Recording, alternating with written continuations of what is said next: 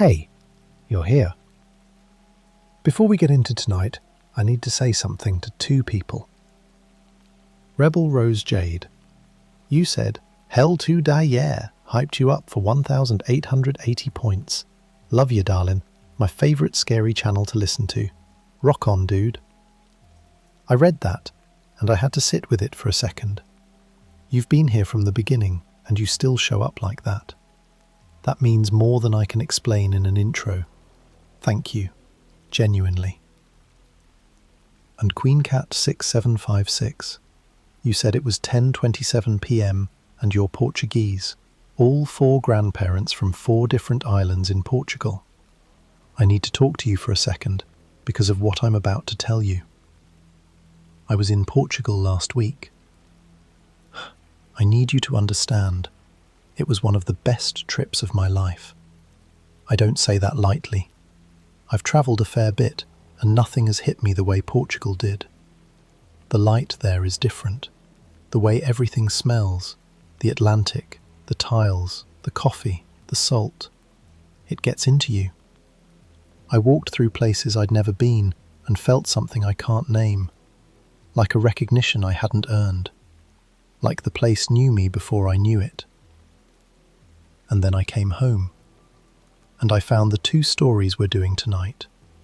The first one, a cabin in Vermont, a Ouija board, a name that kept appearing, a guest who checked in 6 weeks ago and never left. The second one, I'm going to be honest with you, I almost didn't include it, because of where I'd just been, because of what it's about. Someone traces their family back to an island, goes to the house that's been locked since 1987, finds something inside that couldn't be there, their own name, written on the wall, with a date that hasn't happened yet. QueenCat6756. If your grandparents came from the islands, I think you'll feel this one in a specific way that most people won't. I hope that's okay. If you want to be in the next video, comment. Say something real, something about your day, something you felt watching one of these. Your name might be the one I say out loud next time. Subscribe if you haven't. New episodes coming. Same format, different dark. Let's go. 2 stories tonight. Take your time with them.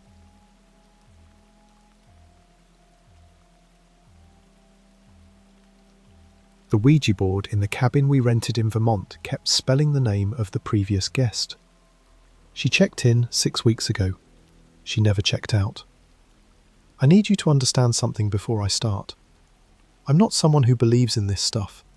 I want to put that on the record right now, at the very beginning, before I lose the thread of who I used to be, because by the end of this, I'm going to sound like someone who has completely come undone, and I need you to know that I was grounded once. I was rational. I was the person who rolled their eyes at ghost hunters on cable TV. I was the person who explained every strange sound in the house as the pipes, the settling foundation, the neighbour's dog. I was that person up until about 3 weeks ago, and then I wasn't anymore. Here's what happened. In early October, I rented a cabin in Vermont. Alone. That part matters. Alone.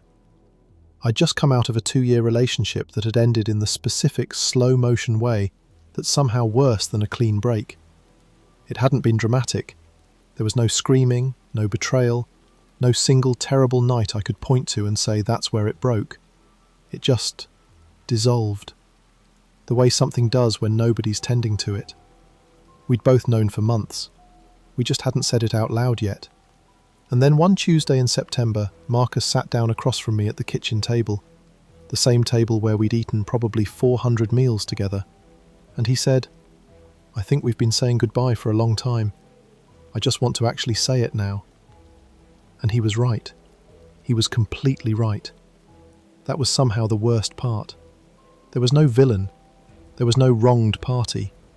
There was just this long, quiet fading, and then it was done. I took the first 2 weeks badly. Not dramatically. I wasn't throwing things or sobbing on the floor. It was quieter than that. I went through the motions at work. I ate whatever was closest.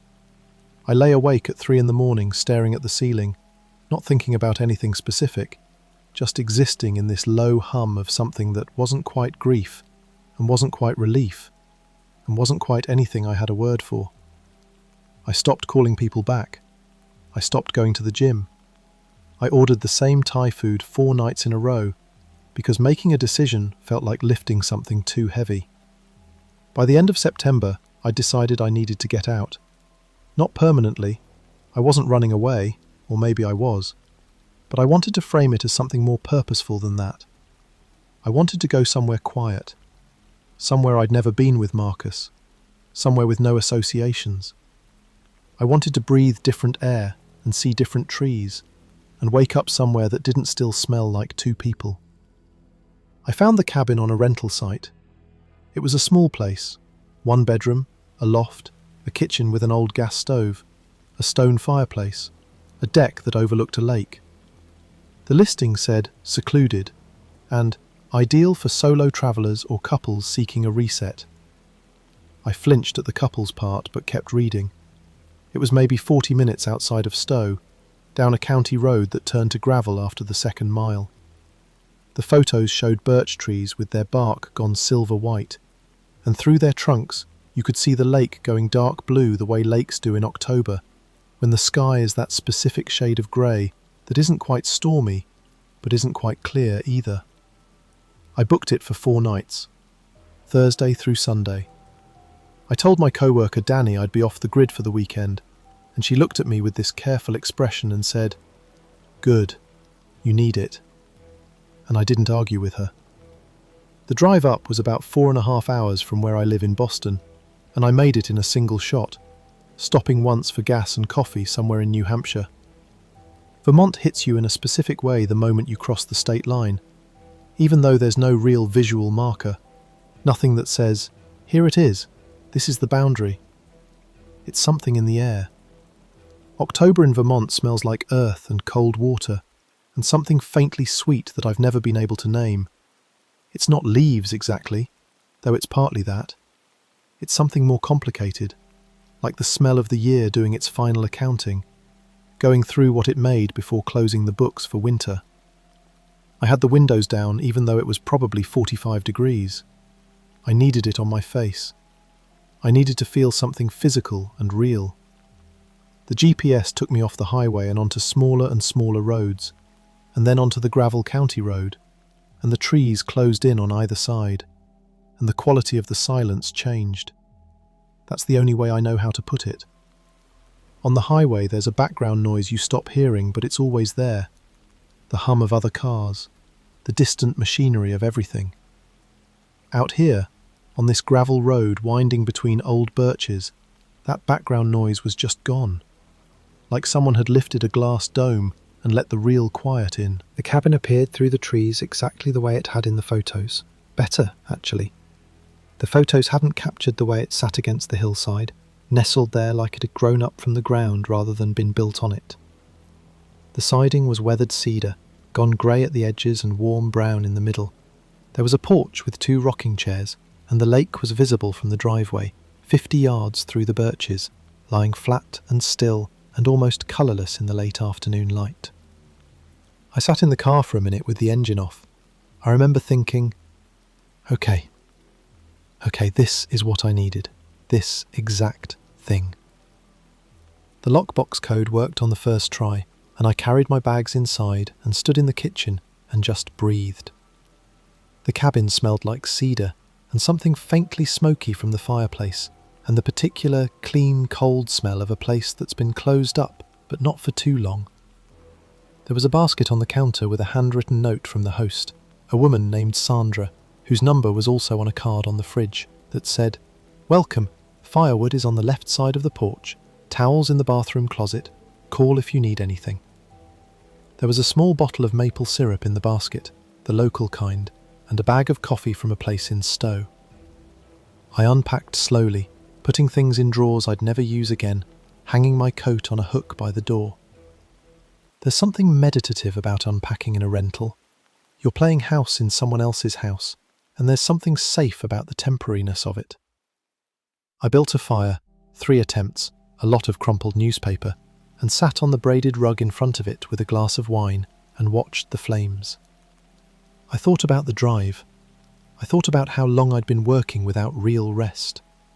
I thought about the lake at dusk, which had turned from steel blue to something almost purple. I thought about whether I'd forwarded my work email and then deliberately stopped thinking about that. I made pasta for dinner. Simple. Olive oil, garlic, a handful of parmesan I'd brought, some black pepper. I ate it at the small kitchen table by the window and watched the dark come in between the birch trees, slow and absolute. By 8 o'clock it was completely dark outside and completely quiet. No cars, no voices, nothing. I was asleep by 9:30, the earliest I'd slept since the breakup, deeper than I'd slept in months. When I woke up the next morning, the sun was coming through the curtains in those long horizontal October shafts, and the lake outside was catching them, and for about 30 seconds before I was fully awake, I didn't know where I was. In those 30 seconds, I felt completely fine, like a person who had no history. That was Friday. Friday I hiked. Sandra had left a trail map tucked into the basket alongside the maple syrup, and I spent most of the day on a loop that took me up through the woods behind the cabin, through stands of maple and beech and the occasional ancient hemlock, their needles gone that deep green-black that almost looks artificial. The trail went up to a ridge where you could see the valley below, other cabins, other lakes, the road threading through like a crease in cloth, and then back down through a birch grove that in the late afternoon light was almost unbearably beautiful. The light hitting those white trunks at a low angle, everything golden, everything at the threshold. I cried a little up there on the ridge. Not about Marcus specifically, just about time, about how much of it passes while you're not paying attention. I hadn't been somewhere high and quiet in a long time. I'd forgotten what it felt like to have a genuine perspective on things. I came back to the cabin, tired in the good way. I showered and made soup and ate it on the porch even though it was cold, because I didn't want to go inside yet. The stars were something I'd forgotten existed. Out here, the sky was saturated with them, layers of them, depth to them. I sat out there until I was genuinely shivering, and then I went in and built another fire and fell asleep on the couch. Saturday started well. I drove into the small town nearby, a general store, a diner, a church with a white steeple, and got coffee and wandered for an hour. I bought a block of cheddar and a jar of local honey. There was an antique shop and an old man inside who sold me a small pottery mug for $3 and seemed so pleased about it that I almost bought 2. By afternoon, I was back at the cabin and the rain had started. The soft kind, the steady kind, the kind that makes everything outside the window look like a watercolour that someone breathed on. I made tea and settled in. I tried to read more, but I'd reached the end of the paperback's momentum and couldn't stay in it. I tried watching something on my phone, but the streaming kept buffering. I tried journaling, which I hadn't done in years, and managed about a paragraph before it felt performative. I was restless. That particular rainy afternoon cabin restlessness that needs something to do with its hands. That's when I went looking for extra blankets. The closet in the short hallway between the kitchen and the bathroom was where I expected to find them. There were a few.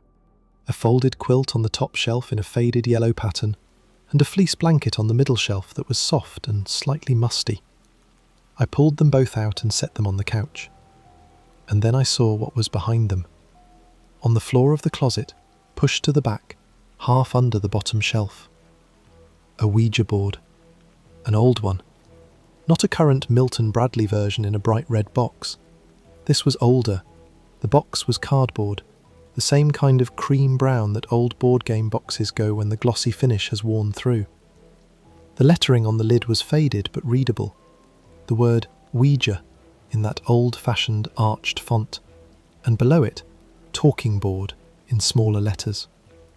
When I picked it up, the box weighed almost nothing. I carried it out to the kitchen table. I sat down with it in front of me and looked at it for a minute. I want to be honest about what I was feeling in that moment. I wasn't scared. I want to emphasize that. I was lonely. I was bored. I was the specific kind of restless that comes from being alone for too long in a place with no cell service worth mentioning and nothing to do with your hands.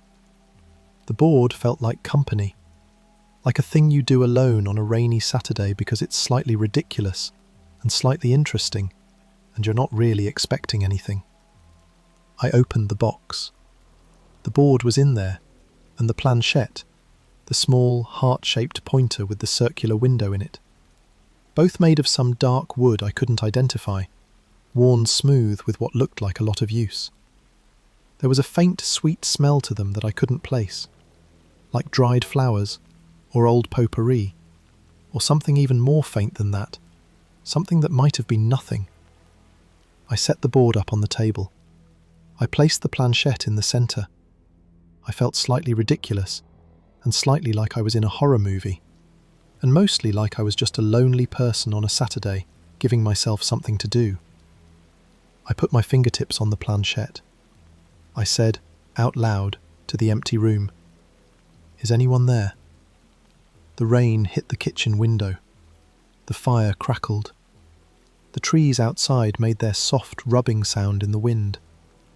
For about 20 seconds, nothing happened. I felt the specific anticlimax of that. The room utterly unchanged, the planchette completely still, my fingertips resting on a piece of wood in an old cabin in Vermont while it rained outside. I almost laughed. I started to. And then the planchette moved. I know what you're going to say. Idiomotor effect. Tiny, unconscious muscle movements. I've read about this. I'm telling you what happened, not what caused it. The planchette moved, and it moved with a firmness that surprised me. Not a drift or a waver, but a definite, purposeful slide to the letter C. It paused there for maybe 2 seconds. Then it moved to L, then to A, then I, then R, then E. C, L, A, I, R, E. I lifted my hands off the board. I sat back in my chair. I looked at the planchette sitting on the E, perfectly still, as if it had been there the whole time. I said out loud, "Okay." I put the board back in the box. I put the box back in the closet, behind the blankets, on the floor, exactly where I'd found it. I went and stood at the window and watched the rain for a while and told myself, idiomotor effect. My subconscious, spelling out a name. Whose name? Nobody I knew. Some syllable from some memory, some background noise in the brain looking for an outlet. I was lonely. I was primed. The rational explanation was so available, so close, so clearly the correct one, that I almost convinced myself it was the only thing I felt. Almost. I cooked dinner. I watched rain. I went to bed earlier than I needed to and lay awake listening to the trees. In the morning I felt better about it. Daylight is very good at making things seem smaller. I made coffee with the local beans from the basket and stood at the kitchen window and watched a mist coming off the lake. And everything was beautiful and quiet, and the board in the closet was just a board. Someone had forgotten it here, or left it deliberately, the way people sometimes leave puzzles and books in rentals. It was a curiosity. It was nothing.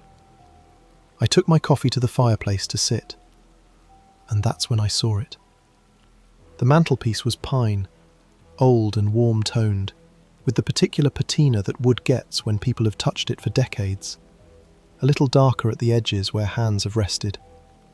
I'd been sitting in front of the fireplace for 2 nights, and I'd looked at that mantelpiece probably a dozen times without really seeing it. But now, in the morning light coming in at a low angle through the front window, the light picked out something in the wood that I hadn't noticed before. Letters, scratched lightly into the surface, the way you'd scratch your initials into a school desk, careful and deliberate and small. C-L-A-I-R-E. R-E. Not carved deep, not gouged, scratched, like someone had used a key or a fingernail, with patience, wanting to be there but not wanting to leave damage. The letters were maybe 1.5 inches tall, clean strokes. I stood very still with my coffee mug in both hands and looked at them.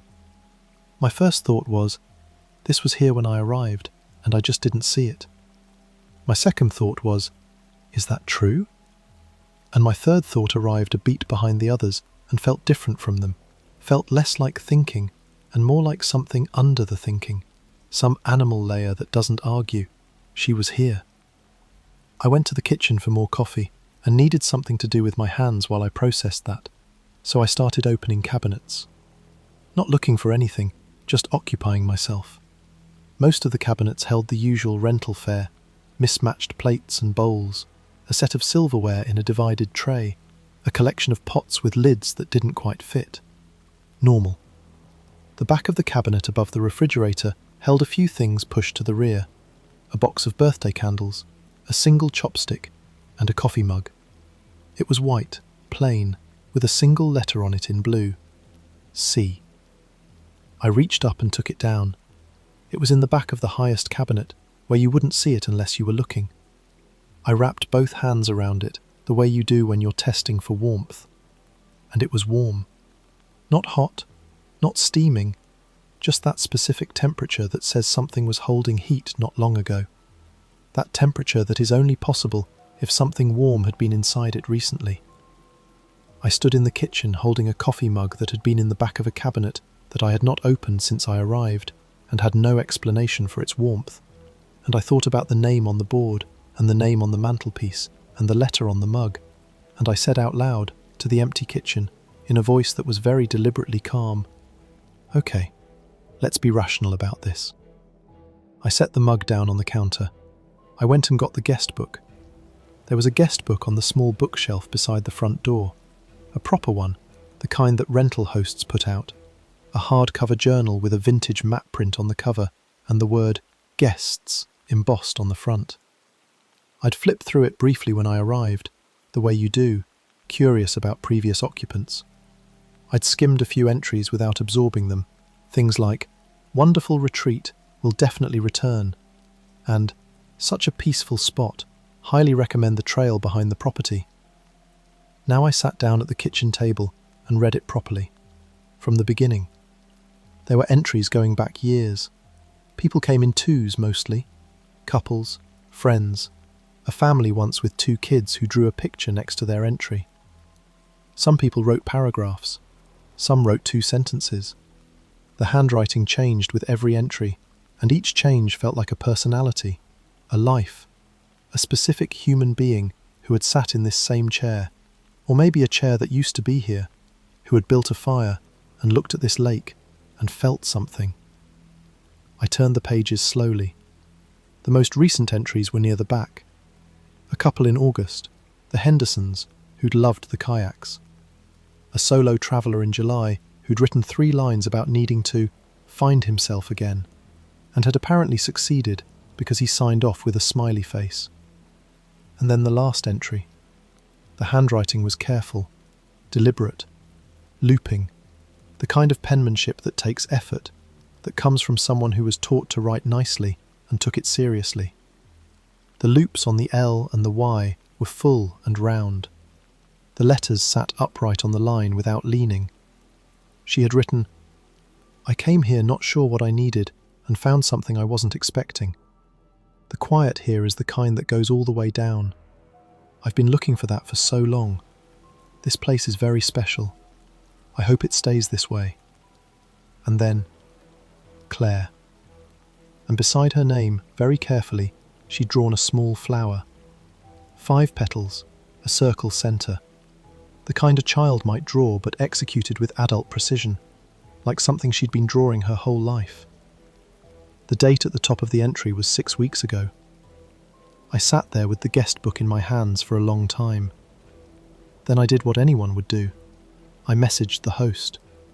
Sandra had a contact number on the card on the fridge and also an email, and I used both, sending a casual message that I hoped read as more casual than I felt. Something like, "Hi Sandra, loving the cabin. It's exactly what I needed. Quick question. Was there a guest named Claire here recently? Just found something she might have left. Happy to leave it for her if you have contact info. Or just curious if you know her." I made lunch. I tried to read. I kept looking at the closet door.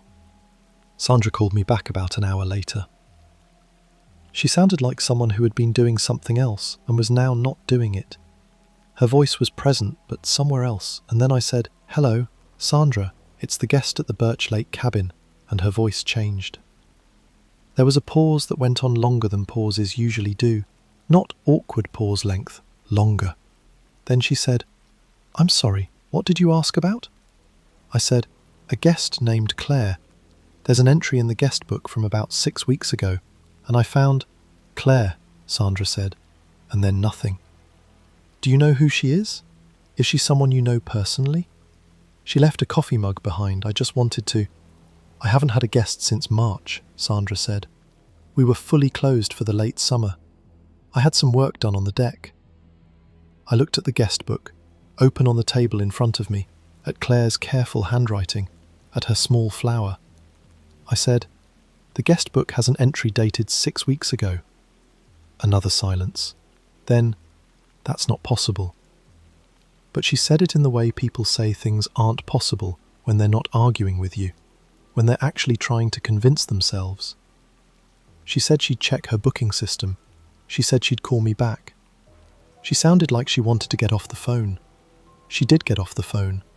She called back 20 minutes later. "The system does show a booking," she said. Her voice was different now, quieter. 6 weeks ago, 3 nights, a Claire with a Gmail address. I don't remember her. I don't remember any communication with her. The cleaning crew went in after and reported everything normal, no issues, but I don't have a memory of dealing with her. No key was ever returned.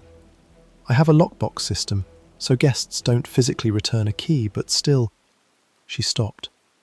"Are you all right out there? Is everything okay?" I said yes. I said I was fine. I said I was sure there was an explanation. I said goodbye and put my phone face down on the table. For a while I just sat there. The rational part of my brain was still working. Clerical error. System glitch. The cleaning crew could have missed the entry, missed the mug. Sandra's memory is imperfect. None of this means anything impossible. I picked up my phone again. I opened Instagram.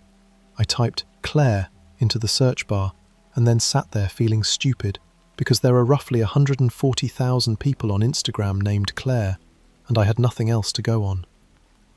I looked at the guest book entry again. I looked at her handwriting. She'd written her full name as just Claire, no last name. But she'd written it from Vermont. Geotagged posts. I searched near Stowe 6 weeks ago. I scrolled for a while. And then, because the internet sometimes just hands you things, I found her. A woman, maybe 30, dark hair.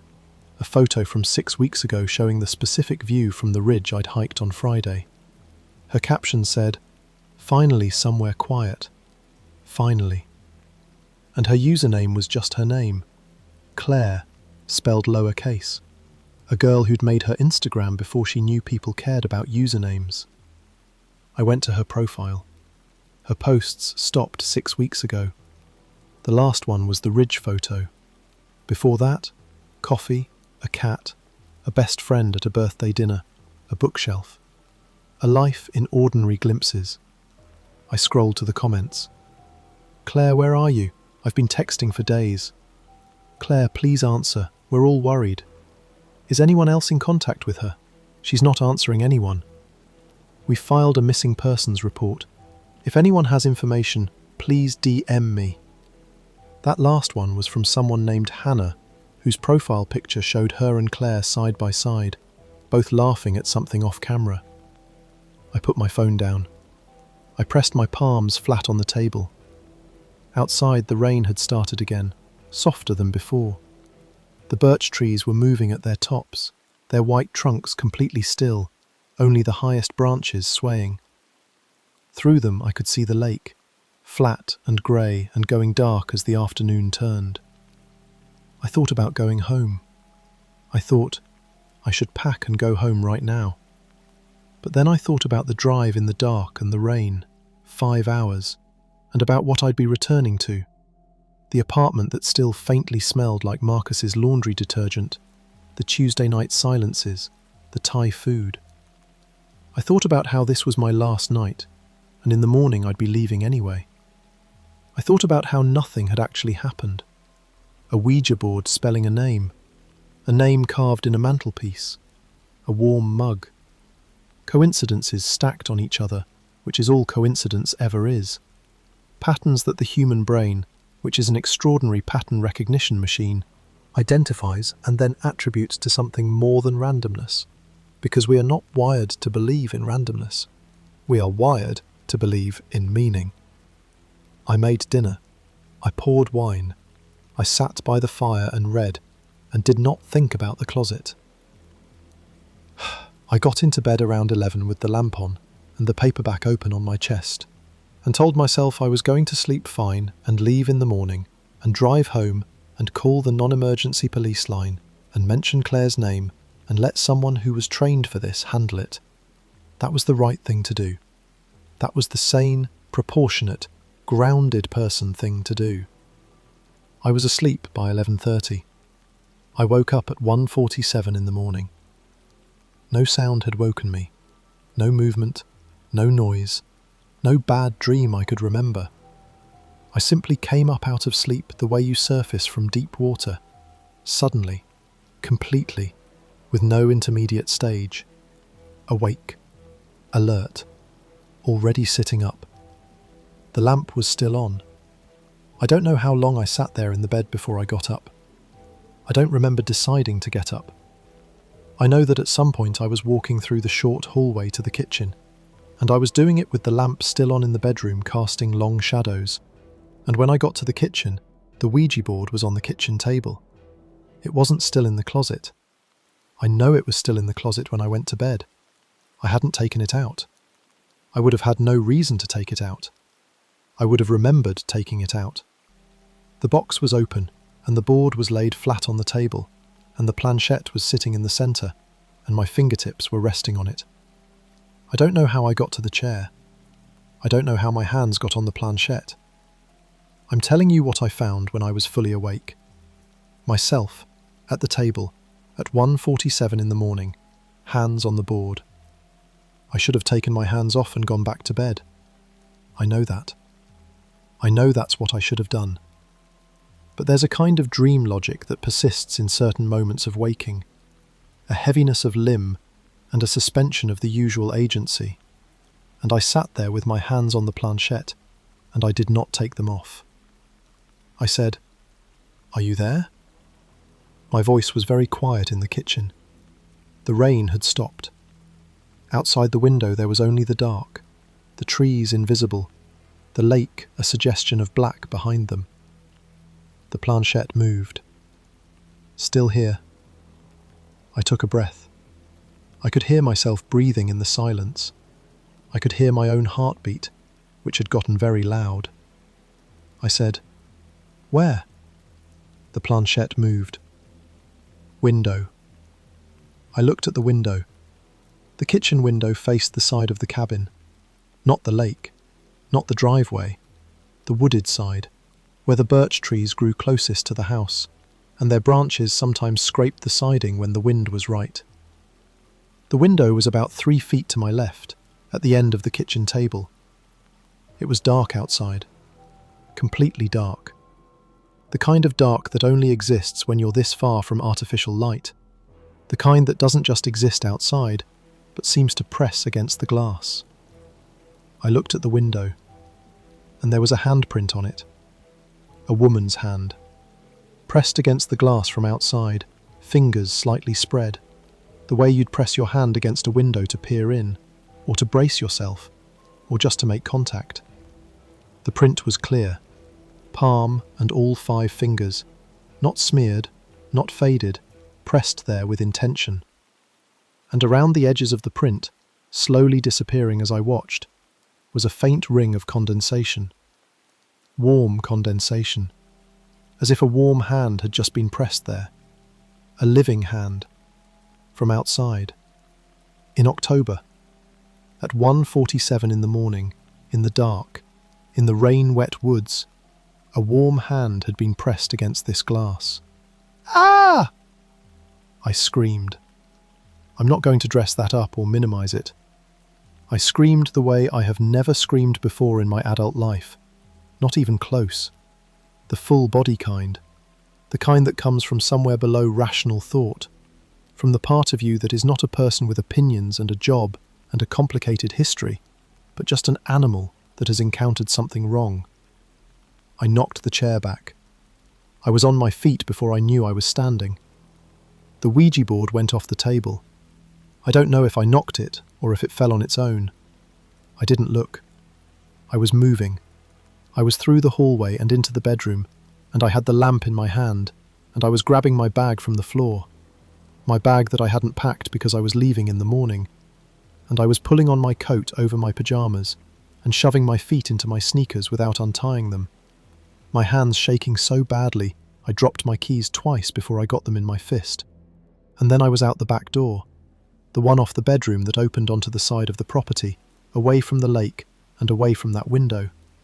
And I was in the dark, and the cold, and the wet grass, running around the cabin to the driveway, and I got in my car, and I locked the doors, and I sat there for about 30 seconds, hyperventilating, before I could make myself start the engine. I did not look at the kitchen window as I pulled out of the driveway. I drove. It was just after 2 in the morning, and I drove those gravel roads, and then the county roads, and then the real roads, in a state of controlled panic. Which means that I was doing the necessary things, watching the road, using the signals, staying in the lane, but doing them from somewhere behind my own eyes, somewhere small and very still inside myself, while the rest of me just ran the vehicle on autopilot and tried to hold together. I stopped at the first gas station I found that was open, about 20 minutes from the cabin. A fluorescent lit place with a bell on the door and a teenage kid behind the counter who looked at me, pyjamas, coat, no makeup, shaking slightly, face white, and said, "You okay?" with that particular tone that means I am genuinely concerned, but I am also very young and uncertain about protocol. I said I was fine. I got a bottle of water and a pack of gum and stood in the light for a few minutes before I could make myself go back to the dark. 5 hours home. I made them. I remember almost none of them. I remember the sun starting to grey the sky somewhere in New Hampshire and thinking, good, daylight. Let there be daylight. I got home at 7 in the morning and sat in the parking garage under my building for a while before I went up. Then I went up and stood in the shower until the water went cold, and then I called the police non-emergency line. Not 911, the non-emergency line. I explained about Claire, her name, her Instagram, the guest book entry, the host's confirmation. The officer was patient and took down everything I said and told me he'd pass it along. I didn't tell him about the board. I didn't tell him about the handprint. I slept most of Sunday. Monday I went back to work and answered emails and sat in meetings and felt like a ghost wearing a person's face. But I did all of it. Danny asked how the cabin was, and I said it was good, really peaceful, exactly what I needed. And she looked at me in that careful way again, but didn't push. I didn't tell anyone. I wasn't ready to make it into a story yet. I was still inside it. 2 weeks passed. On a Tuesday morning, about 2 weeks after I got home, my phone rang with a number I didn't recognise. Massachusetts area code, but not a number in my contacts. I almost didn't answer. I picked up on the last ring.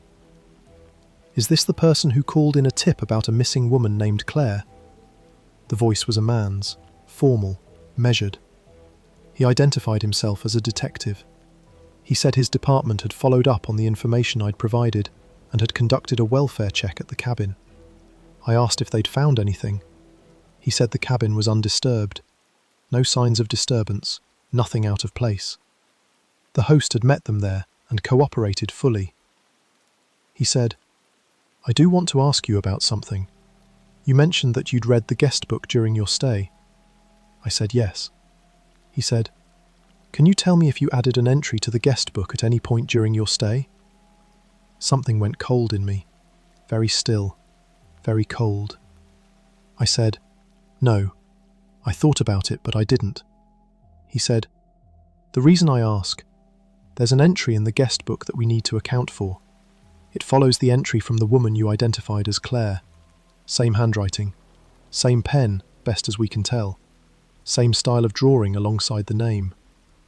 I was very quiet. He said, "I'm going to read it to you." He didn't wait. It says, "Thank you for staying. I was lonely too." The room I was sitting in did not change. The morning light was the same. My coffee was still warm. Everything was exactly as it had been. He said, "Do you have any idea who might have written that?" I said, "I left through the back door. I never went near the guest book that night. I can tell you exactly what time I left. I have a gas station receipt from about 20 minutes away, time-stamped at 2:18 in the morning." He said, "We believe you." And I don't know if that's a thing detectives say to everybody, a standard phrase to put the witness at ease, or if he meant it. He said they were continuing to treat Claire's disappearance as an open missing persons case. He said they'd be in touch. He hasn't called back. I think about Claire every day. I think about what she wrote in the guest book before I got there, that the quiet went all the way down, that she'd been looking for that for a long time. I think about what it means to have been looking for something that specific for that long, and to have found it. I think about whether finding it was a relief, or an ending, or both. I think about the handprint, the warmth of it, the condensation ring slowly fading around the edges, the warmth of something pressed against glass that had no right to be warm. I think about the entry in the guest book, in her handwriting, that neither of us wrote. "Thank you for staying. I was lonely too." Here's what I keep coming back to. I went to that cabin because I was in pain, a specific, low-grade, unspectacular pain, the pain of love dissolving, of a life restructuring itself without your permission, the kind of pain nobody has much patience for because it's ordinary. It's the most ordinary pain there is. I wanted to be somewhere quiet with it. I wanted to breathe. And maybe Claire went there for something similar. I don't know what her pain was. Her Instagram gave me glimpses of a person, but not the interior of her. I don't know what she was running from or toward. But I know she wrote, "Finally somewhere quiet." And I know the quiet got her in a way it didn't get me. And I know that somewhere between her arrival and her disappearance, she left her name in a closet board, and on a mantelpiece, and on a mug, and in a guest book. And she never left the cabin. Except that she did. Or something that was still her did. Something that remained. And it found me. Not malevolently, not as a threat. It spelled its name and made a marking, and left a warmth in a cup, and pressed its hand against the glass in the way you press your hand against glass when you're trying to reach someone, when you're saying, I'm here, I exist, don't leave yet." She was lonely. I was lonely. Two lonely people in the same cabin, 6 weeks apart, and something in that place stitched us together anyway, across whatever it is that separates the living from the not living. She reached through and found me because I was there to be found. And the thing that stays with me, the thing I can't metabolize, the thing I turn over and over at 3 a.m. when I'm awake and the apartment is quiet around me. The scariest part wasn't the scream. The scariest part wasn't the handprint. The scariest part is that she wasn't trying to hurt me. She was grateful. She said thank you. In her own handwriting, in the careful looping penmanship of a woman who took care with things, she said thank you for staying. And I did stay. I was there. I lit a fire and cooked a meal and read a book and slept in that cabin for 2 nights, and in some way that I cannot articulate, I think I was company for her. I think whatever remains of Claire in that place felt less alone because I was there. I find that comforting in a way I cannot justify. I also find it the most frightening thing I have ever encountered. Both of those things are true at once. She was lonely. I was lonely. She said thank you. I left before she could say goodbye. I wonder if she's still there. In the cabin with its birch trees and its fireplace and its lake going steel blue in October. Maybe that's her, that feeling on the first morning, that specific lift of being somewhere that wants you. She's been offering it to everyone who comes. I just happened to notice. I contacted Hannah, Claire's friend, the one who posted about the missing persons report. I told her I'd been at the cabin, about the guest book entry, about the police. I didn't tell her about the board, or the handprint, or the warmth in the mug. Some things belong to a register that shouldn't be translated into the language of explanation. Some things need to stay in the register of 2 a.m. and rain and firelight and the specific way loneliness reaches for other loneliness in the dark. Hannah wrote back 3 days later.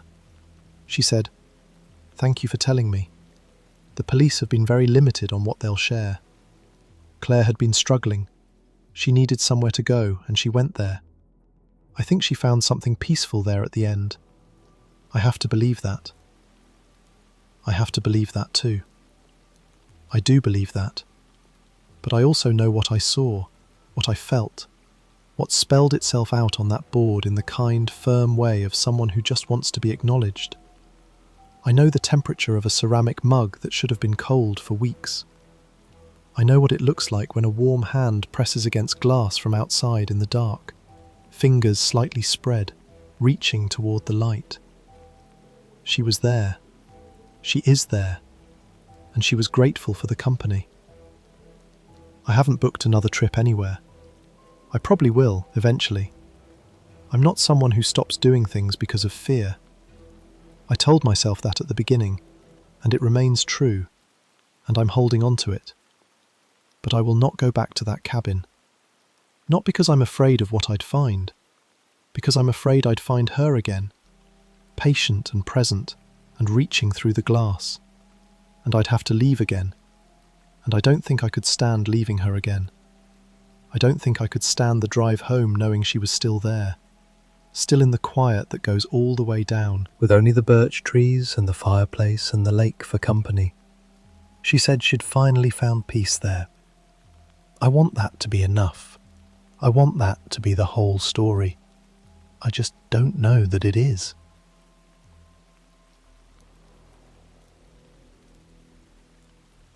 I visited my great-grandmother's village on São Miguel Island last week. The house had been locked since 1987. My name was already written on the wall inside. My family's relationship with Portugal is the kind that gets diluted by distance, and then by time, and then by the specific indifference of people who are busy surviving. My great-grandmother, her name was Conceição, which I always thought was one of the most beautiful names I'd ever heard, though she went by Saya to everyone who knew her, emigrated from the Azores in the early 1960s, first to Lisbon and then to England, where she met my great-grandfather, settled in Portsmouth, and spent the rest of her long life with a Portuguese accent that never left her, and a habit of crossing herself whenever she passed a church that my grandfather and my mother inherited in watered-down form, and that I sometimes catch in myself in moments of real fear, a small, reflexive gesture towards something. Saya died when I was 4. I have one photograph of her holding me, and I look like I'm trying to escape her arms, the way babies always look in photographs with people they've just met, and I have never been able to tell from her expression whether she thought I was wonderful or ordinary. Both, probably. All great-grandmothers think all great-grandchildren are both. What I knew about where she came from was fragmentary and mostly architectural. Impressions my mother had from old letters and photographs. Impressions her mother had passed down from Saya herself. Impressions that get smaller and vaguer with each generation, like something being photocopied too many times. A village in the interior of São Miguel. a house her family had lived in for generations. A sister, Grasa, who had stayed on the island when Saya left, who had lived in that house until she died in 1987 with no children and a reputation in the village for being intensely private. A woman who kept her own company and did not explain herself to anyone. The house had passed through a chain of distant cousins who didn't want it and couldn't sell it, and eventually didn't know what to do with it. And somewhere in the course of that dissolution, my mother had ended up with a key. Just a key. No paperwork, no clear ownership, no plan. A brass key on a ring with a small blue enamel tile, the kind of Azorian tile, hand-painted, that you see everywhere on the islands, and a label in faded ink that said the name of the village and the word Casa. My mother had kept that key in a bowl on the kitchen counter with the spare car key and various other small objects that accumulate in bowls. For years. She'd mentioned it occasionally. We should go someday. We should see where Saya came from. We should find the house. And someday had kept being someday. I went alone. There was no particular reason why I decided to go that particular spring, or why I decided to go alone rather than waiting until the family could come together. There was a reason, probably. The year had been long and strange. I was at one of those points in a life where everything feels provisional, where the things you thought were settled turn out to be not settled, and I think I wanted to be somewhere I could understand myself in terms of where I came from, rather than in terms of where I was. That sounds more deliberate than it felt. Mostly it felt like buying a flight and then going. The Azores.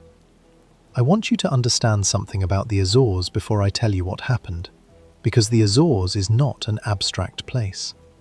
It exists with a specific intensity that I was not prepared for and cannot fully communicate.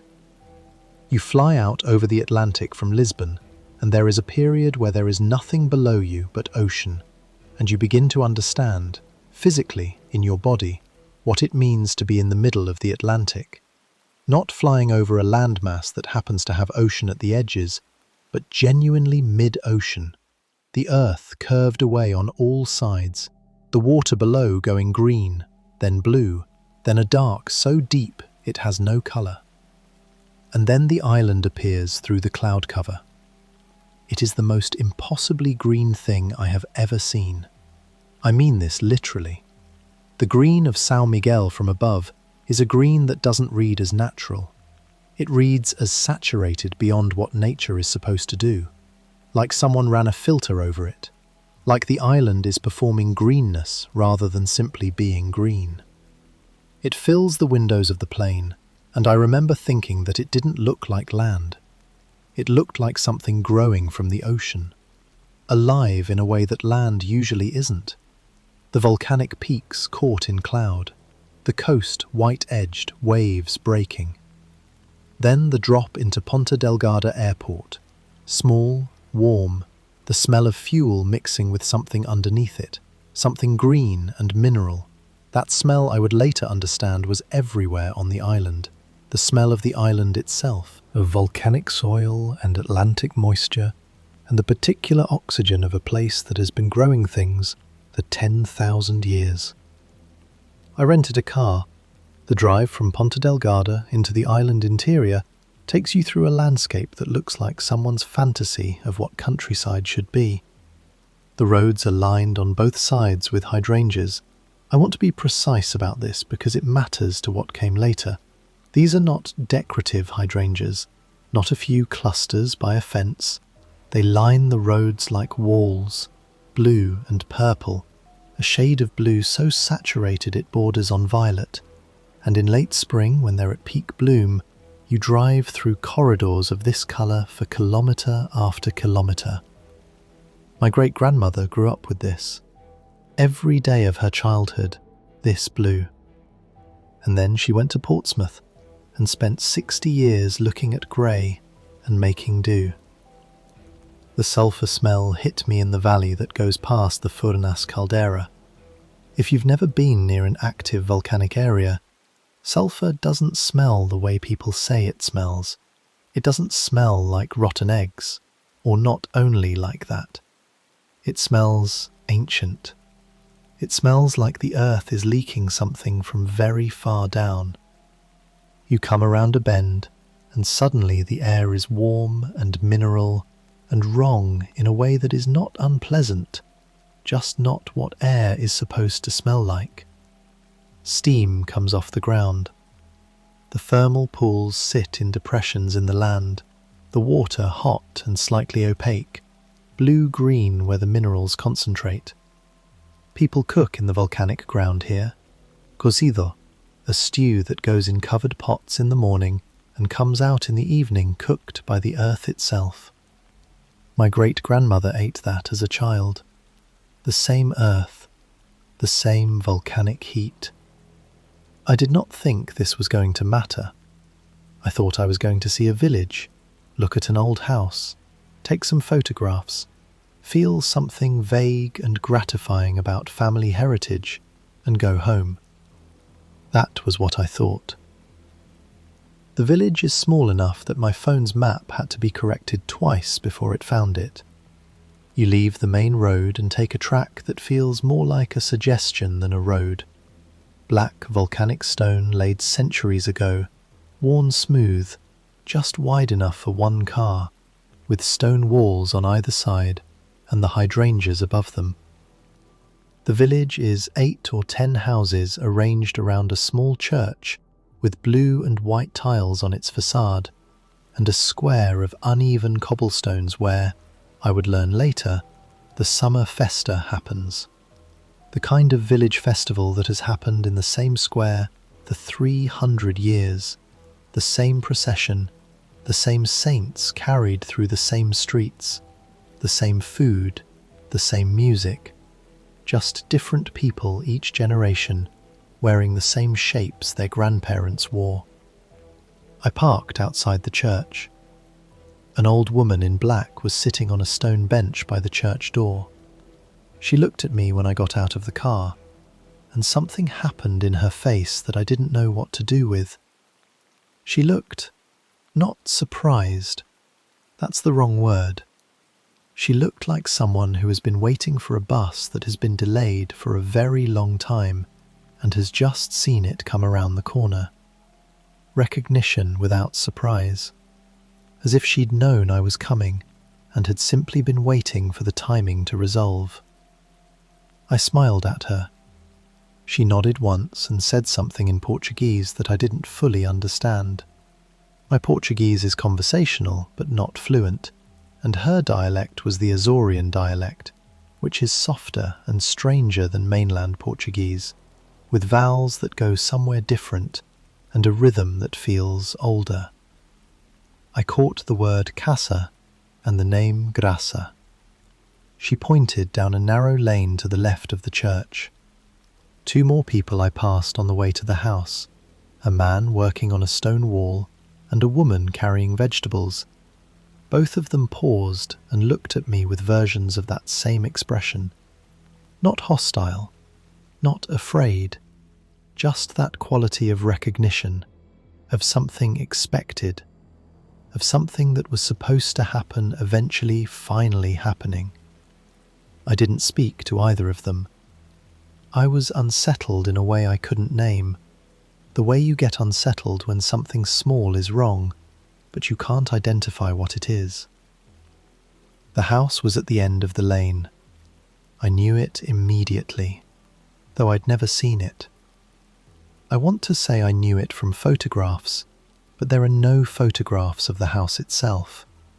What I mean is that it matched some interior template I hadn't known I had, some shape that was already in me waiting to be matched. 2-story, though the second story is low-ceilinged and barely a story. Whitewashed walls 2 feet thick, tiny windows with green shutters, several of them slightly warped in their frames. Black volcanic stone at the corners and around the door. A small garden gone wild, not aggressively overgrown, but loose, the way a garden goes when it hasn't been tended for years, but the climate is good enough that things simply continue growing according to their own inclinations. A fig tree, a rose that had climbed the wall and reached the first-floor shutters. The hydrangeas were there too, blue-purple against the white wall. I stood outside it for longer than made sense. Stood in the lane, looking at the house that had been locked since 1987, that had belonged to a woman I never met, that held... what? I didn't know what it held. Objects, probably. Furniture. The accumulated ordinary things of a life. Graça had lived alone for years before she died, and the house had been left as it was, sealed, the key passed from hand to hand until it reached my mother, and then, in a bowl on a kitchen counter, waited. I took the key out of my jacket pocket. The brass was warm from my body heat. The small blue enamel tile clicked against my fingers. The lock was stiff but not seized.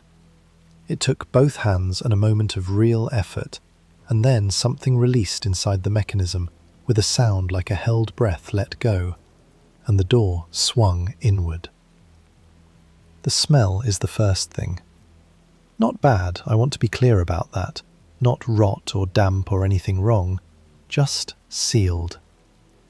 The smell of air that has been inside the same space for decades, holding the residue of every meal cooked and candle burned and coat hung by the door and fire laid in a grate.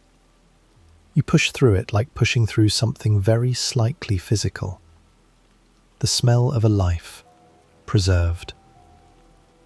I stood in the doorway without entering for a moment. Then I went in. The ground floor is one large room, sitting room and dining room combined, with the kitchen behind a low arch. Everything exactly as it was in 1987. The furniture is old and solid. A table with 4 chairs, a chest of dark wood, a couch covered in a fabric that was probably dark red when it was new and is now a colour that doesn't have a name, somewhere between rust and brown. A ceramic rooster on the windowsill, the Barcelos rooster, the symbol of Portuguese folklore, glazed and bright even under the dust. A rosary hung on the wall beside the front window, the beads still evenly spaced, the cross at the bottom perfectly centred. The photographs. There were photographs on every surface that could hold a frame. Family photographs, formal portraits, casual snapshots. People I half recognised from photographs my mother had. Saya as a young woman, dark-haired and straight-backed, looking at the camera with an expression I don't quite know how to read.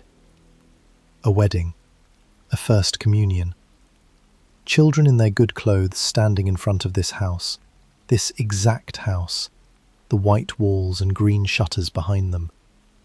And in many of the photographs, a woman I didn't recognise. Older than Saya in most of them, or the same age, or sometimes younger, but always present at the edges of the family photographs. Standing slightly apart, not quite in the centre of any group. Watching. This, I understood later, was Graça, the one who stayed. The kitchen was through the low arch. Blue and white ceramic tiles on the walls. Azorian tiles, hand-painted, each one slightly different. The blue, that particular shade that Portuguese azulejos have, somewhere between ink and sky. A dish rack with plates still in it, dried long past any biological concern. A small table with a single chair. A window that looked out onto the back of the garden, where a lemon tree grew wild and unpruned, branches going wherever they wanted, heavy with fruit no one had picked for years. The lemons were enormous and slightly deformed and the most alive thing in the house.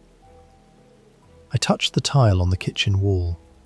Cool, smooth, the painted surface precise under my finger. Someone's hands had put these tiles here. Someone had chosen each one, positioned it, laid it in the mortar.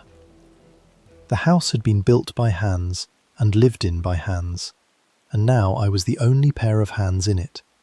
And I felt that, felt the weight of all the hands that had been here before mine, the accumulated presence of generations of people who ate at this table and washed in this sink and looked out this window at lemons growing.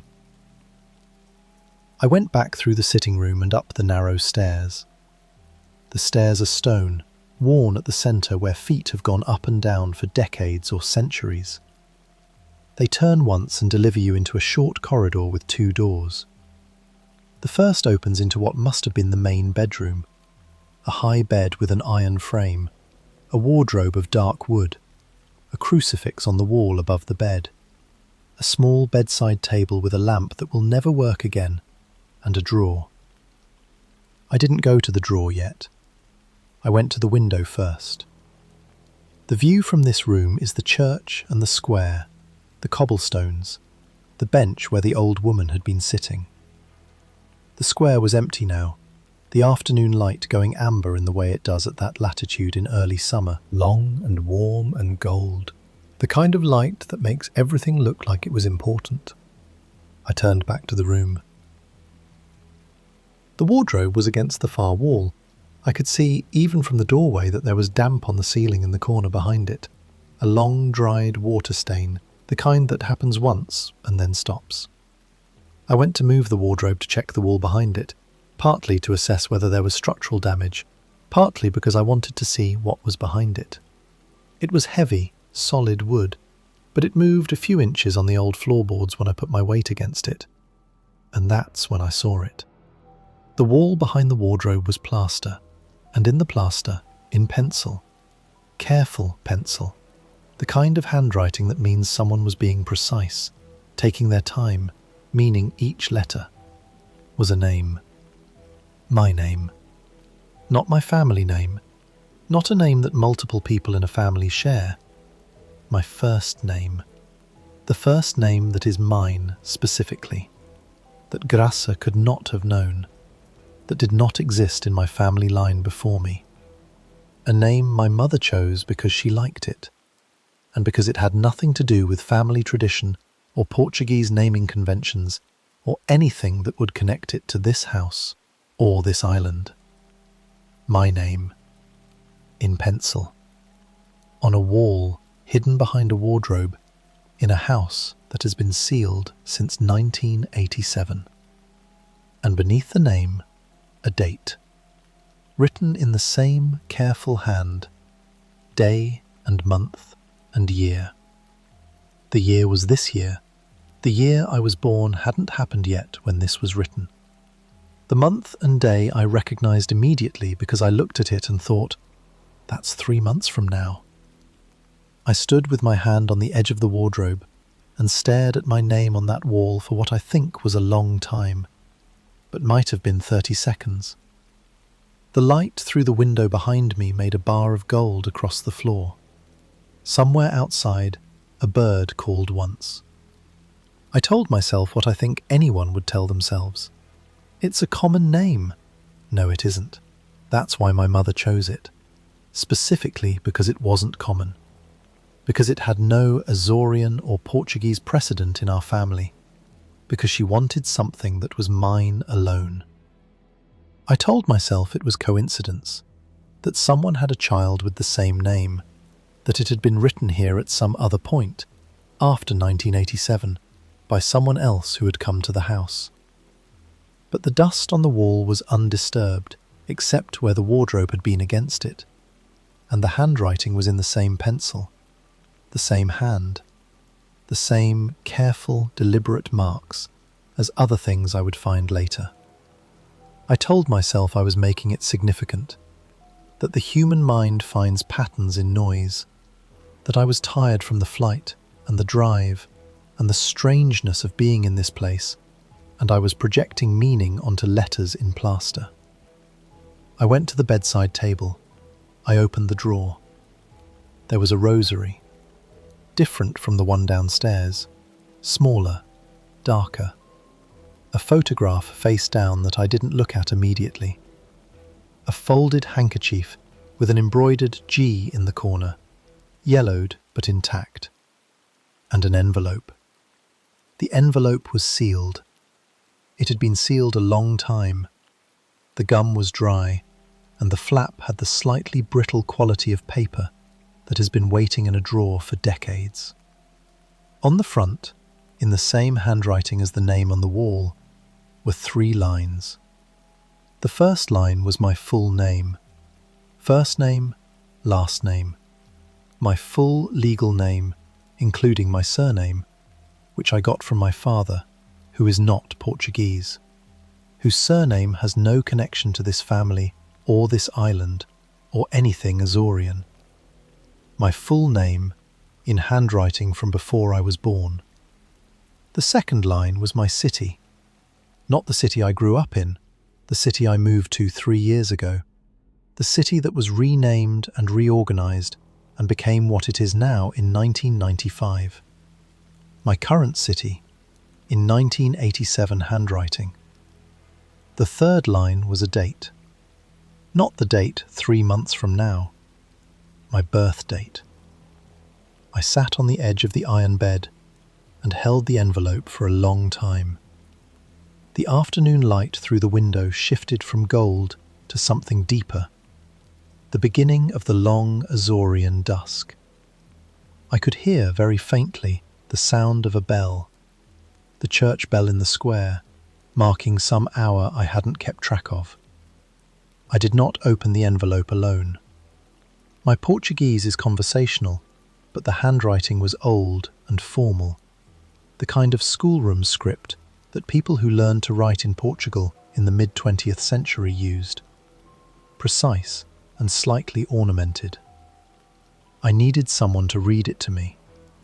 And something in me, something strong enough to act on, said, "Not alone. Don't open this alone." I put the envelope in my jacket pocket. I went back downstairs. I touched the kitchen wall one more time. The cool Azorean tile, the particular blue. Then I went out and locked the door. The old woman was back on her bench outside the church. I went to her and showed her the envelope. She looked at the front of it for a long time, at the handwriting, at my name. Then she looked at me, and that expression was on her face again. The one I hadn't known what to do with when I arrived. The one that said, expected. She said something in her soft Azorean dialect that I caught most of. Something about graça, about knowing, about the house always knowing. Then she motioned for me to follow her inside. The church was empty, cool, smelling of old stone and candle wax. She led me to a pew and we sat, and she opened the envelope with her thumb and unfolded the single page inside and began to read it to me in slow, clear Portuguese, simplifying as she went when she saw I was struggling, choosing different words, the way people do when they care about being understood. The letter said this. I'm translating as closely as I can. I know you will come. I have been patient. The house knows you are coming. It has known for a long time. In this family, there are some who carry a particular thing. Your great-grandmother carried it, and I carried it, and now I think you carry it. You will know this is true when you find what I have left you. You have my eyes.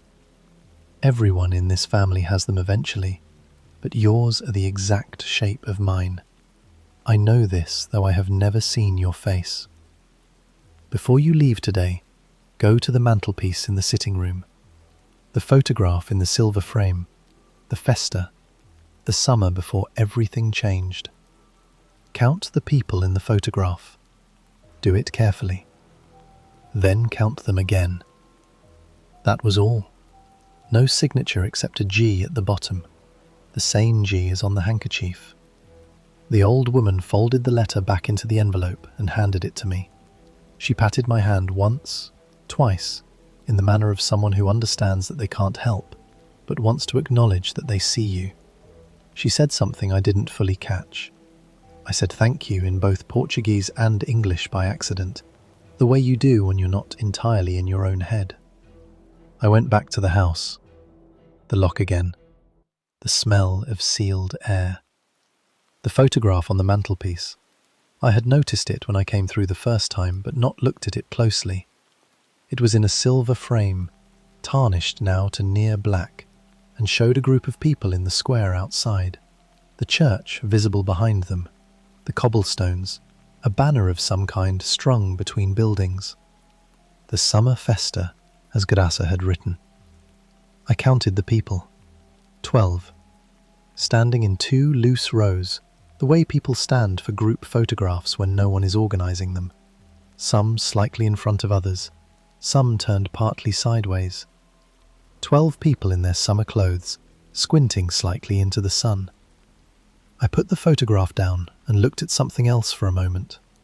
The rosary on the wall, the ceramic rooster, the window with its shuttered afternoon light, to reset myself. Then I picked the photograph back up. I counted again, and here is where I need you to stay with me, because I know how this sounds, and I am telling you what I saw. 13. There were 13 people in the photograph. The 13th was standing to the right of the group, slightly outside the frame of the cluster, the way the last person to join a group photograph sometimes stands, a little apart, a little unsure of their welcome. Slightly blurred, as if they had moved during the exposure, or as if the camera had struggled to resolve them, which is a thing that happens sometimes with figures at the edge of a frame. I looked at this person for a long time. The clothes were wrong for the era. Not wrong in a dramatic way, not a modern jacket or a football shirt, but wrong in the way of texture and fit and the specific relationship of clothing to body that changes decade by decade in ways that are hard to articulate, but that you recognize when you see it. Wrong by 30 or 40 years. Wrong for the summer before everything changed. The face was partially turned towards the camera. Partially. The angle was strange. They were looking at the group, not the camera. Or they had been looking at the group and had begun to turn. The face was at 3/4 profile. I recognized the jaw. I recognized the nose. I recognized the particular way the shoulders sat, the slightly forward-curved posture that I've been told about since childhood, that I've never been able to correct, that I carry the same way Sia carried it in the one photograph I have of her. The photograph fell out of my hands. I don't know if I dropped it or if I flinched backward hard enough to knock it loose. It doesn't matter. It fell face up on the floor, the silver frame landing flat on the old stone, and I looked down at it from above, and the person at the edge of the group was no longer looking at the group. They were looking at the camera. Their face was fully toward me, as if they had completed the turn during the fraction of a second the photograph was falling, as if they had been waiting for this moment to be seen, and now they were looking directly up at me, directly into the lens that was also directly into my eyes. And the face was mine. It was my face. Not a family resemblance, not an ancestor who shared my features. My face. The face I see in mirrors, the face in my passport. Maybe 30 years older than I am now, or maybe not older, maybe just worn differently, worn by something I haven't experienced yet. My face, completely still, completely present, looking up at me from a photograph taken in 1987. I was out the door before I decided to leave. I don't remember locking the door. I found the key in my hand when I got to the car, so I must have. The lane, the square, the church. I didn't look at the bench to see if the old woman was there. I drove on the narrow stone track with both hands gripping the wheel, and I didn't think about anything, because thinking about anything meant thinking about what I had just seen, and I could not afford to do that while driving. Back on the main road, the hydrangeas on both sides the same impossible blue, and I thought about how they had looked beautiful on the way in, and now they looked like walls closing in. the same saturated colour pressing from both sides.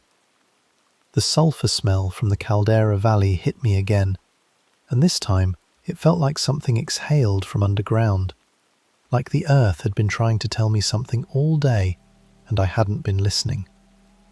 I drove to Ponta Delgada and sat in the hotel room for the rest of the evening, with the light on and the television on and both windows locked, which doesn't make rational sense for a third-floor hotel room, but sense had stopped being the organising principle of the day. I ordered food from room service and didn't eat it. I sat at the desk and stared at the envelope on the table beside me, and eventually I put it in my bag. I flew home the next morning, took the first flight, got home and sat in my apartment and didn't unpack for 2 days. My neighbour knocked to see if I was okay. I told him I was just tired from the trip. The date on the wall.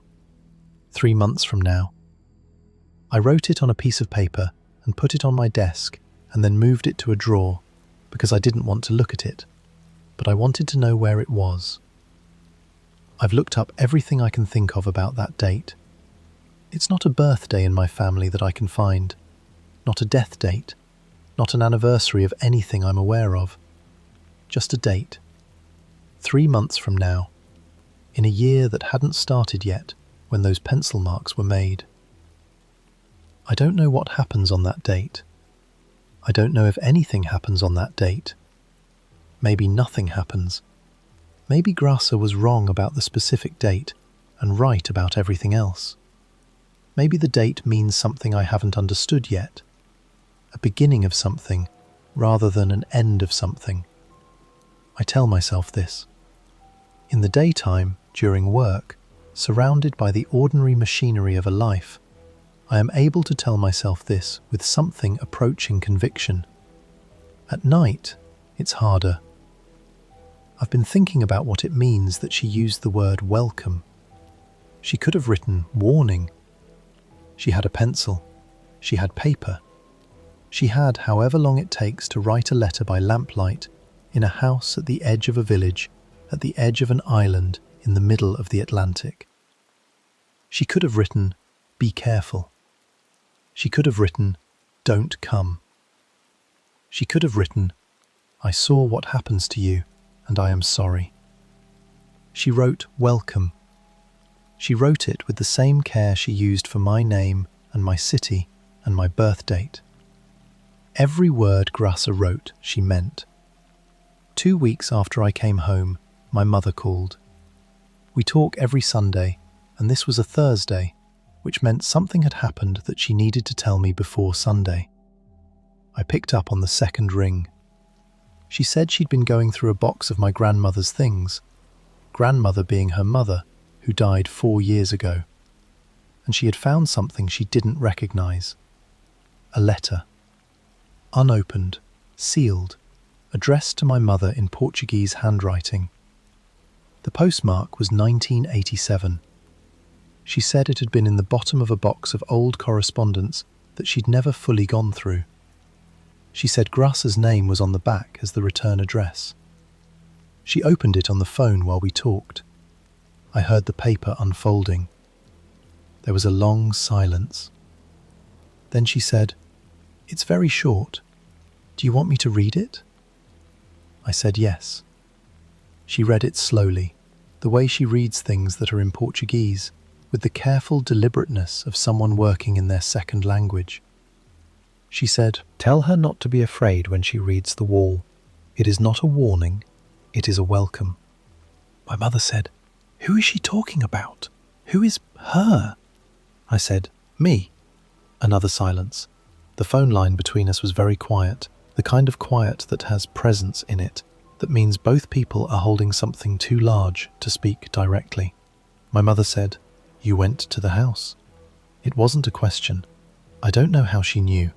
I hadn't told her I was going, but she knew. The way certain things in families transfer without being said. The way some knowledge passes in the blood rather than in words. I said, "Yes." She said, "Sia always said that house knew things." She said Grasser knew things too. She never talked about it more than that. She would just say, "That house knows." I've been sitting with this for 2 weeks, with the date that is now 6 weeks away instead of 3 months away, with my name in pencil on a wall behind a wardrobe in a house sealed since before I was born, with my face in a photograph from 1987 looking up at me from the floor, completing a turn I didn't see begin. I keep thinking about what Grasa wanted, whether the word welcome means what I want it to mean or something else, whether what waits for me on that date is something I should move toward or away from, whether the choice is mine to make or whether it was made a long time ago, in that village, in that house, by a woman who stayed while her sister left and spent her life in the same whitewashed rooms, looking at the same blue hydrangeas and knowing things about people who hadn't been born yet. I keep thinking about her handwriting, the care in it, the precision of each letter. A person who writes like that is a person who means what they write, who doesn't put a word on paper that they haven't decided belongs there. She wrote my name. She wrote the date. She wrote it decades before I existed. And then she wrote, "Welcome. I'm going back." I decided this while writing this down, in the way that decisions sometimes resolve, not through reasoning, but through the act of articulating what you already know. 6 weeks from now, on the date she wrote, I'm going to go back to that house and unlock that door and go inside and sit in the kitchen with the Azorian tiles and the dried dishes and the lemons going enormous in the garden outside. And I'm going to wait and see what welcome means. I am either going to discover that it means exactly what I hope it means, something like recognition, like connection, like being known across time by someone who loved the same blood that runs in you.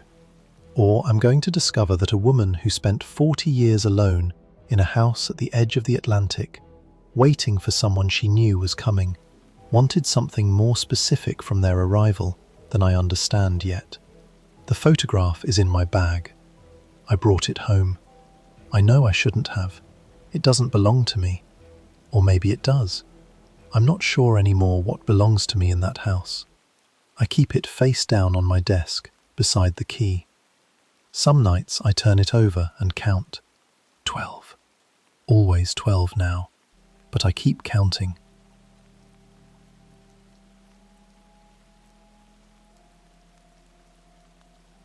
That's the second one. I want to sit with that for a second before I say anything else. Both of those stories, a cabin in Vermont, a house in the Azores, they're not about monsters. They're not about something that wants to hurt you. They're about something that was alone, something that waited. And in both cases, the thing that crossed over wasn't rage or malice. It was longing. The worst kind of haunting is the one that makes you feel a little bit sad for whatever is doing the haunting. Queen Cat 6756. I hope you felt that second one in the specific way I hoped you would. If your grandparents came from those islands, you know that feeling, the one where you arrive somewhere and it recognizes you before you recognize it. That's real. That's not horror. That's just what it is to come from somewhere across water.